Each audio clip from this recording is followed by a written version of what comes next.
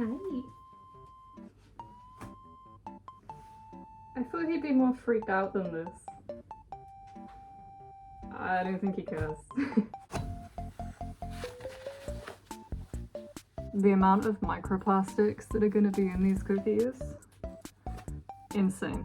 I can't see anything and it's making me freak out. Am I recording? If I do all of this and I'm not recording. We're recording. Okay. Hello. I hope you can hear me. I don't have a microphone. Art Fight has come around again and you will know what that means. It is time to revive my dead YouTube channel and bring you another wonderful video. I should be working on an animation. As you can see, I'm not. I'm in my kitchen because today I am turning your characters into cookies. I am gonna be here for hours. Not only are we making cookies, but we are doing it in fursuit, 2015 furry YouTube style, which can only go well, really. This is Belle, in case you guys didn't know. She's been in storage for a hot minute, so her ears are a little out of shape, but it is what it is. She's seen worse. Without further ado, let me show you what we're going to be doing today. So we have all of our ingredients over here. The chickpeas I will explain later. All of our food dyes. So these are the 7 characters we will be working with today. I drew these digitally and I cut them out on just regular paper. I will layer them over the rolled out cookie dough, trace around the edge with a knife. Then what we do is I have these cocktail sticks. I will use those to poke holes into the outlines of the characters to act as sort of a guide for when I ice them. But yeah, let's go.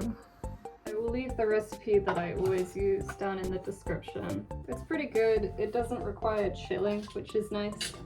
I use it all the time. We are going for just a basic sugar cookie recipe, which always starts with butter and sugar. And I do not want butter on these, so they are coming off. There's one furry YouTube channel called Baking with Buttercup, I think. She actually puts like gloves over her fursuit paws so that she can bake without getting stuff on them, but this is a less professional setup, so we're not doing that today. Also, Belle has 3 fingers, so I don't know how I'd make that work.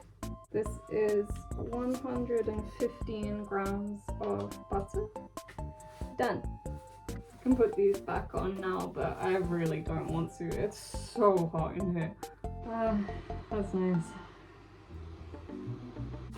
Now we are adding 100 grams of caster sugar.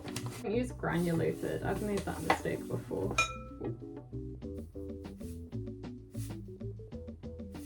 I can barely read the scales. And then you're going to cream this together. Ideally you'd use like a stand mixer or an electric mixer, but I didn't set that up, so we're going the old-fashioned way. I can't see anything. I know I keep saying that, but I can't stress to you enough. I think it's these things. I put them on because Belle looks a bit creepy without them. I might have to take them off for a minute. I mean, it's a little better.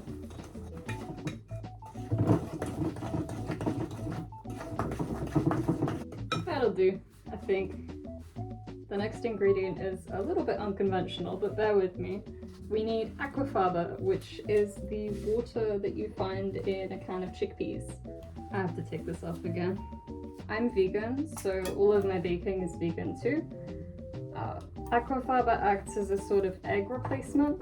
It has the same binding effect that egg has, and it doesn't have a flavor, so I promise your cookies won't taste of chickpeas.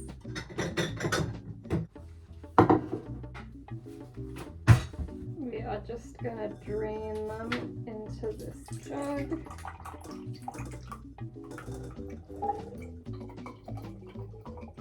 And then I will save these for later. This is the stuff that you want. This is aquafaba. We are going to pour 25 milliliters of this into the bowl. which is about the same as 25 grams. It's easier to weigh it. Oh! I went over. Oh no. I'm gonna remove some. Or try to.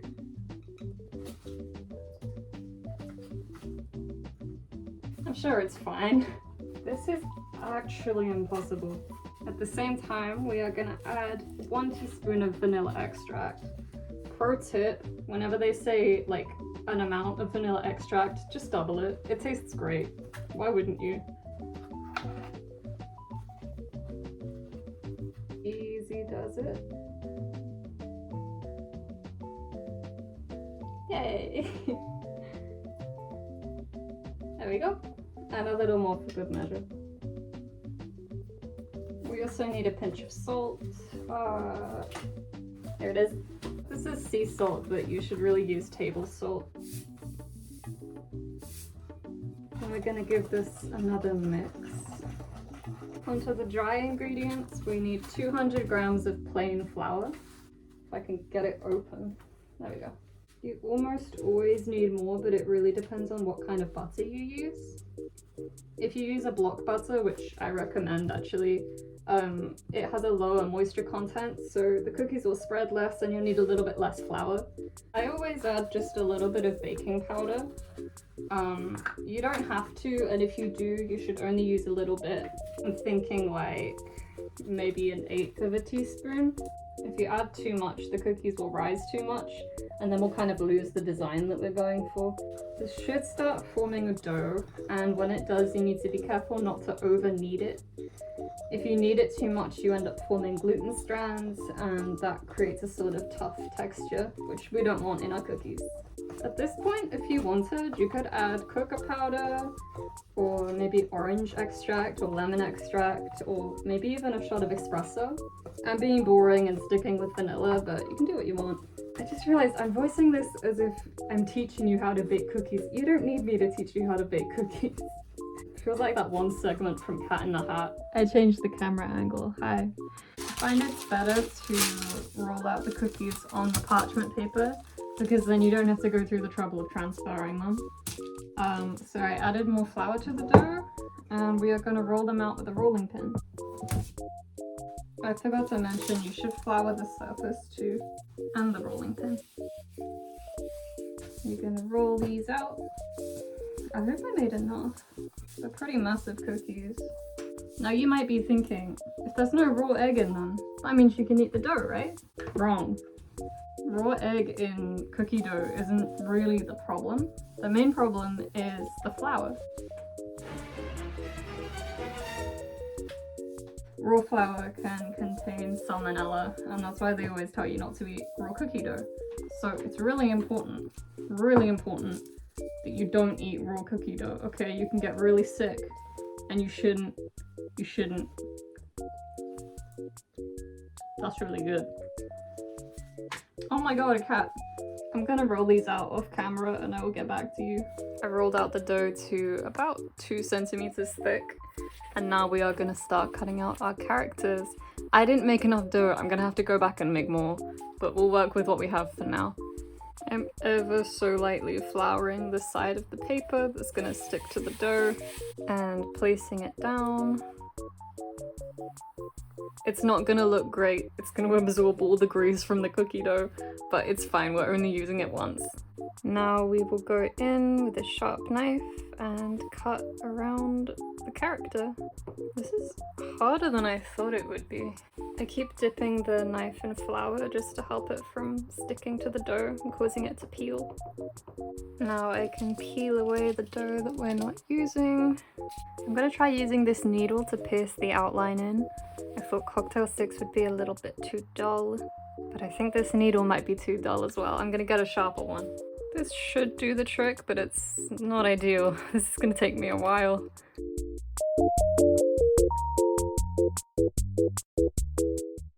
Come to think of it, I'm not sure this is gonna work so well.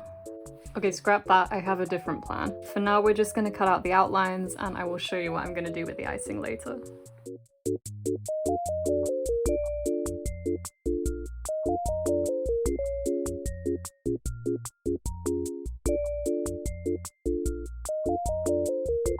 so here they are, all cut out with some practice ducks that I made with the spare dough.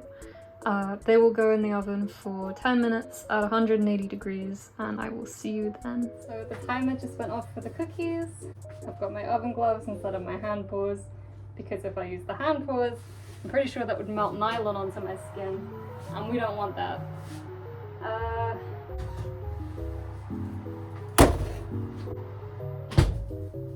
These have been in for 10 minutes. It's hard to tell with the heads, but they look a little bit underdone maybe? They should look slightly underdone when they come out. They'll keep cooking on the tray. I think they're fine. We'll see what happens. Okay, so the new plan for the icing, which is hopefully gonna work. What I've done is I've got the original templates that I was using, and I've gone around with a knife and I've cut out some of the small details. They will sort of help me orient kind of where to put the icing, because I don't want to do this by eye. So hopefully this is one of the cookies. I'll place it down like that. I'll be able to ice within these sort of lines. I'll take it off, I'll be able to finish the rest, and it won't look terrible. Yay!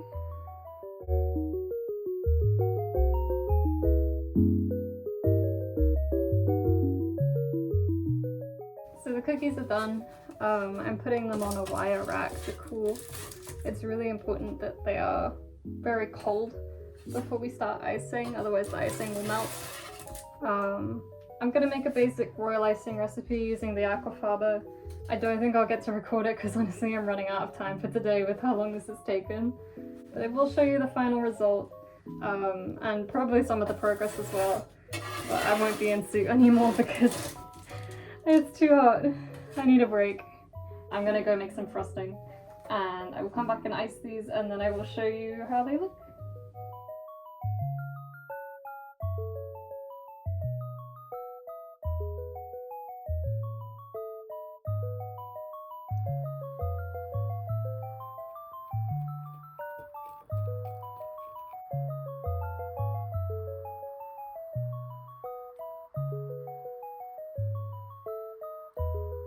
This is how things are looking.